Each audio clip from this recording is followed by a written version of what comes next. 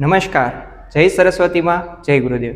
આજના વિડીયોમાં સંભાવનાના આપણે જે અમુક દાખલાઓ મહત્વના લેવાના છે એમાં અમુક જે દાખલાઓ જોઈએ એમાં એક મહત્વનો દાખલો છે મુખ મુદ્રાવાળો। ખાસ જોજો, આ પ્રશ્ન પૂછાતા હોય।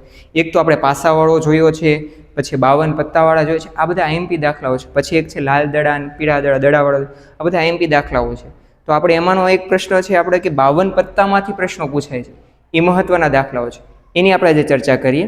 એમાં સ્વાધ્યાયનો આપણે દાખલો લીધો છે, 14મો દાખલો છે, ક્રમાંક નંબર 14 છે, એ આપણે જોઈએ। શું કહે છે કે 52 પત્તાનો એક ઢગલો છે, એટલે 52 પત્તાની એક ઠોકરી છે, એની અંદર ખબર છે 4 પ્રકાર આવશે। ખાસ પહેલા સમજો, મુખ્યત્વે 4 પ્રકાર કે કાળા રંગના કાળીનું પત્તું પ્રકારનું નામ છે, પછી ફૂલીનું પત્તું, પછી લાલનું પત્તું અને ચરકટનું પત્તું, બરાબર છે। આ 4 પ્રકારો છે।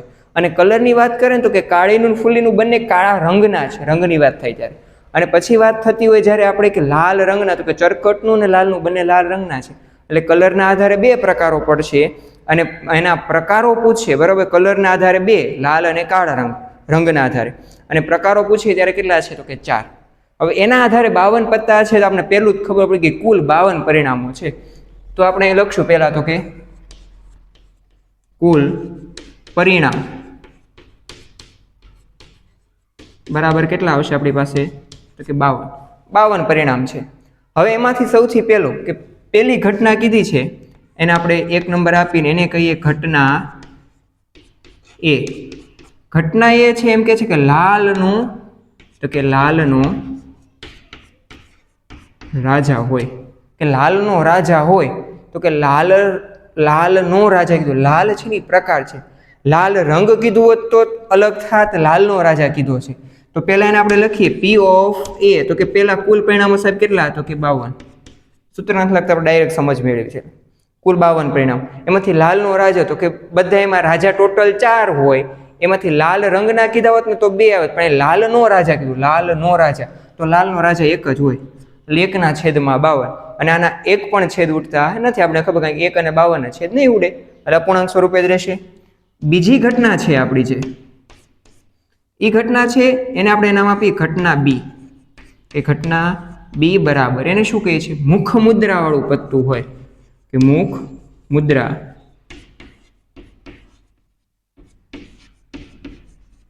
મુખ મુદ્રા વાળું પત્તું હોય, તો કે મુખ મુદ્રા વાળા કેટલા, તો મુખ મુદ્રા વાળાની વાત કરીએ ને તો કે જેના ચહેરા હોય ચિત્રો વાળા, તો કે આપણે ખબર 1 થી લઈને તો 10 નંબર સુધીના હોય, મુખ મુદ્રા વાળા ન કહેવાય। તો પેલું મુખ મુદ્રા આવશે ગુલામ, પછી આવશે તો કે રાણી, અને પછી આવશે રાજા, તો કે 3, તો કે 3 મુખ મુદ્રા વાળા પત્તા કહેવાય। અને એવા 4 પ્રકારો છે, કાળીનું, ફૂલીનું, ચરકટનું અને લાલનું, તો એના 4 પ્રકારોના 3 પન્ના, એટલે ટોટલ પરિણામો કેટલા છે આપણી પાસે 12। તો મુખ મુદ્રા વાળા પન્ના કેટલા હશે, તો કે પી ઓફ બી બરાબર કેટલા પરિણામો થશે 12। અને કુલ પરિણામો આપણી પાસે કેટલા છે તો કે 52। એ તો આપણે ખ્યાલ જ છે, એ તો આપણે સરળ થઈ ગયું, ખાલી એકનું જ વિચારવાનું રહ્યું। હવે આ મોટી સંખ્યા છે તો આના છેદ ઉડે છે, સંક્ષિપ્ત રૂપ આપીએ આપણે તો કે બંનેના 4 હારે છેદ ઉડે, બરાબર છે। તો કે 4 તેરી 12, 4 તેરી 12 અને 13 ચોક 52, એટલે કે બંનેમાંથી 4 ઉડી ગયા, તો કે વધ્યા 13/13। આ આપણો એક જવાબ મળી ગયો, ઘટના એ, ઘટના બી। હવે ઘટના સી કઈ કે લાલ રંગનું મુખ મુદ્રા વાળું હોય, ખાસ યાદ રાખજો, આ ખાલી મુખ મુદ્રા વાળું પત્તું કીધું હતું। ત્રીજી ઘટના છે એને આપણે કહીએ ઘટના સી બરાબર, તો શું કે છે તો કે લાલ રંગનું મુખ મુદ્રા,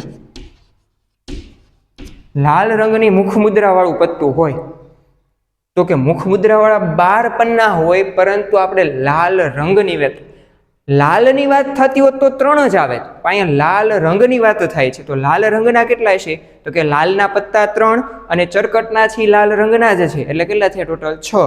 તો કે અહીંયા પી ઓફ સી લખીએ આપણે કે પી ઓફ સી બરાબર, તો કે 6/માં કેટલા આવશે 52। હવાના છેદ ઉડાડીએ તો કે 2 હારે ઉડે, બરાબર છે। 3 દુ 6 અને 26 દુ 52, બંનેમાં 2, 3/26 એનો આપણે જવાબ લખીએ એટલે છેદ ઉડાડે એટલે વધ્યા કેટલા, તો કે 3/26 બરાબર, કેમ પડખે લખ્યા નીચે સમય નથી।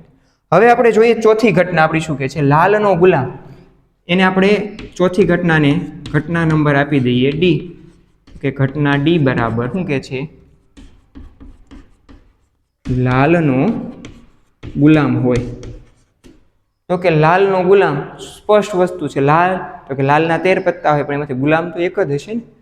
તો કે આપણે P ઓફ D બરાબર તો કે એક જ ગુલામ હોય. લાલના આમ 4 ગુલામ હોય, બરાબર છે, પણ લાલનો ગુલામ કીધો એ કેટલો છે? લાલ રંગનો કીધો હોત તો 2 ગુલામ આવે, પરંતુ આપણી પાસે કેટલા લાલનો ગુલામ એટલે 1, અને કુલ પન્ના કેટલા છે આપણી પાસે? તો કે 52, એટલે કે 1/52 છેદ ઉઠશે નહીં, એમનામ ઘટના. ત્યાર પછી છે V એટલે કે 5મી ઘટના, એને ઘટના કહી દેવી. E એને શું કીધું છે?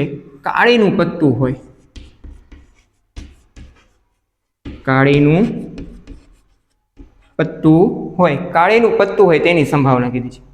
તો કે કાળીનું પત્તું, તો કે સાહેબ 52 પત્તા છે, એમાંથી મેં કીધું 4 પ્રકાર, તો કાળી એક પ્રકાર છે, સ્ક્વિડ કહેવાય, બરાબર.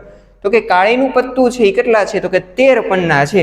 તો એને આપણે કહીએ P ઓફ E બરાબર 13/, કેટલા આવશે? તો કે 52. કાળા રંગનું કીધું હોત ને તો અહીંયા આગળ આપણે લે 26, એમ કે ફુલ્લી છે ને કાળા રંગનું છે, પણ ફુલ્લી નથી પૂછ્યું, આપણે કાળીનું જ કીધું છે. કાળા રંગનું કહેતો છે, પણ કાળી એક પ્રકાર છે, એટલે એના 13 પત્તા છે. એટલે 13/52, આના છેદ ઉડાડી તો કે 13 એકા 13, 13 ચોખ્ખું 52, એટલે છેદ ઉઠશે 1/4, એનો જવાબ આવશે. ક્લિયર? હવે છેલ્લું, ચોકટની રાણી હોય, સેમ વસ્તુ છે આ ગુલામ જેવું, કે લાલનો ગુલામ 1 હોય તો કે ચોકટની રાણી કેટલી હોય? સાહેબ 1 જ હોય. રેડી? તો એને આપણે ઘટનાનું નામ આપી, છઠ્ઠી ઘટના છે એ ઘટના F બરાબર ચોકટની રાણી.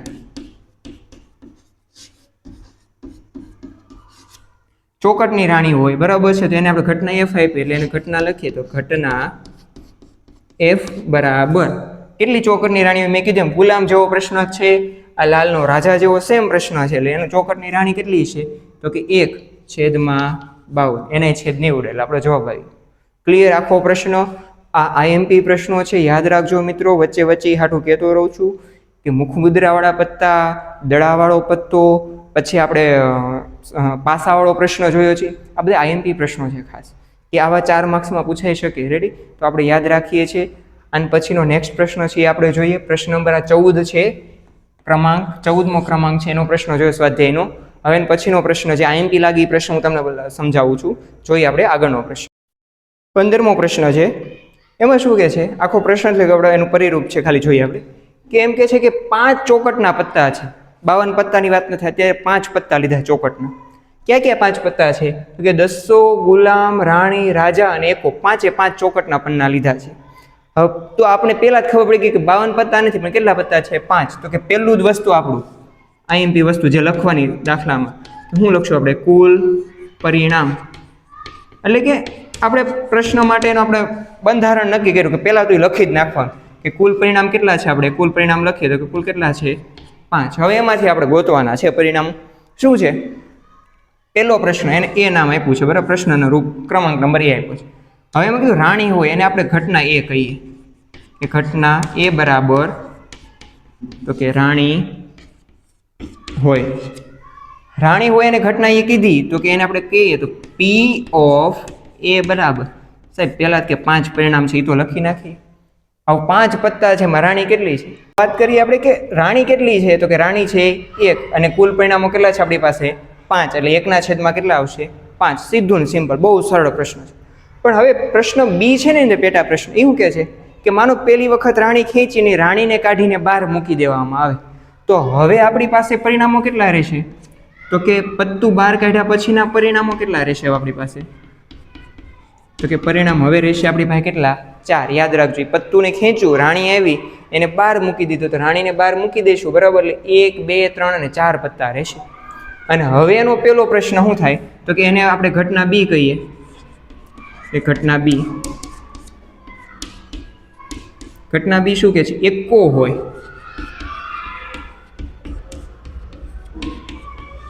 એકો હોય તો કે એકો હોય એની સંભાવના લખી લે P ઓફ B બરાબર, તો કે કુલ પરિણામો હવે આપણે 4 જ લખીએ. સમજો, પત્તું કાઢીને બહાર મૂકી દીધું છે એટલા માટે. અને એકો હોય તો એકો તો એક જ છે, એટલે 1/, કેટલા આવશે? 4.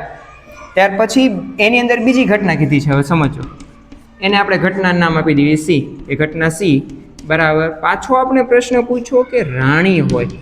યાદ રાખજો, ટ્રિકી ક્વેશ્ચન છે, ભૂલ ન થાય. સાહેબ રાણી હોય 1/5 લખી નાખી? ના, એને આપણે ઘટના સી કહીએ.